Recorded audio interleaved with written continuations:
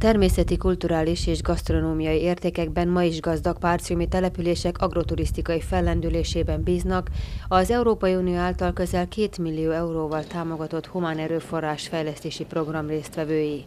A tanfolyamokat elvégzők vállalkozásfejlesztési képzésben is részesülnek. Jó napot kívánok!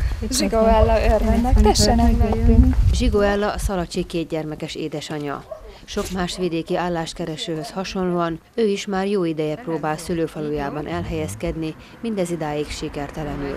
Az érmelléki településeken kevés a munkalehetőség, ráadásul megfelelő szakmai végzettség és marketing technikák hiányában a helybeliek képtelenek a vidék értékeit kamatoztatni.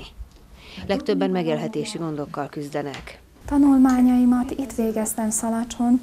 Én 3 gyerekes családban nőttem fel, 2 fiútestvérem volt. Annak idején nem volt lehetőségem tovább menni tanulni, mert mindig azt mondták, hogy a fiúknak kell szakmát adni a kezükbe. Zsigó Ella azonban nem adta fel.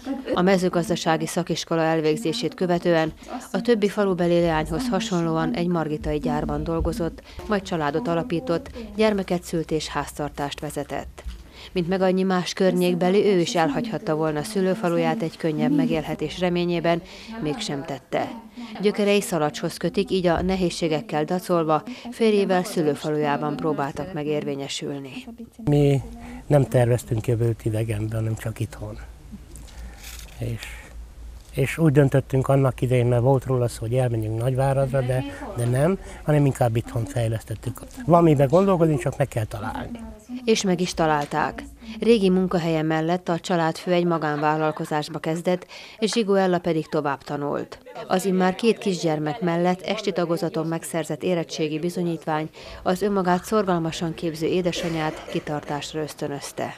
Mindig is szeretett volna hozzájárulni szülőfaluja felvirágoztatásához, ezért nagy örömmel fogadta a tavaly beindított agroturisztikai és idegenvezetői képzések nyújtotta lehetőségeket. Nagyon szép tájaink vannak, amit érdemes megmutatni másoknak, és van mivel büszkélkednünk, de ehhez be kell mutatnunk, tehát ehhez el kell jönni egy ilyen tanfolyamra, ahhoz, hogy tudjuk, hogy mi is a lépés afelé, hogy mi is tárulkozzunk a világnak. Ebben nyújt segítséget a Bihar megyében 200 álláskeresőnek vagy mezőgazdásznak ingyenes képzést nyújtó tanfolyam. A turisztikai egységekben végzett vendégállátói gyakorlat kiegészíti az elméleti órákat. Megvan a falunak az adottságai.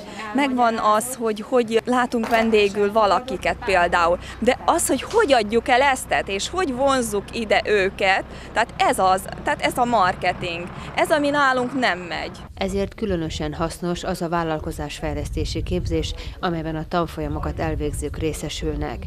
Zsigó Ella egy vendégház beindításán gondolkozik, amellyel egykor városi rangnak örvendő szülőfaluja turistaforgalmát szeretné fellendíteni. Folyamatban van egy agropanzió, aminek 2015 végére fel kell épüljön, és működnie is kell.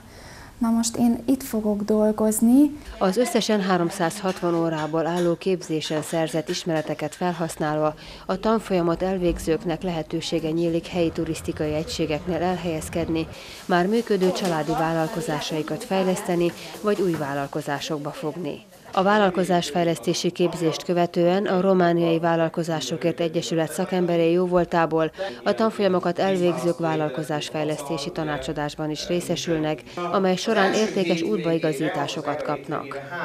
3 modult szeretnénk beiktatni.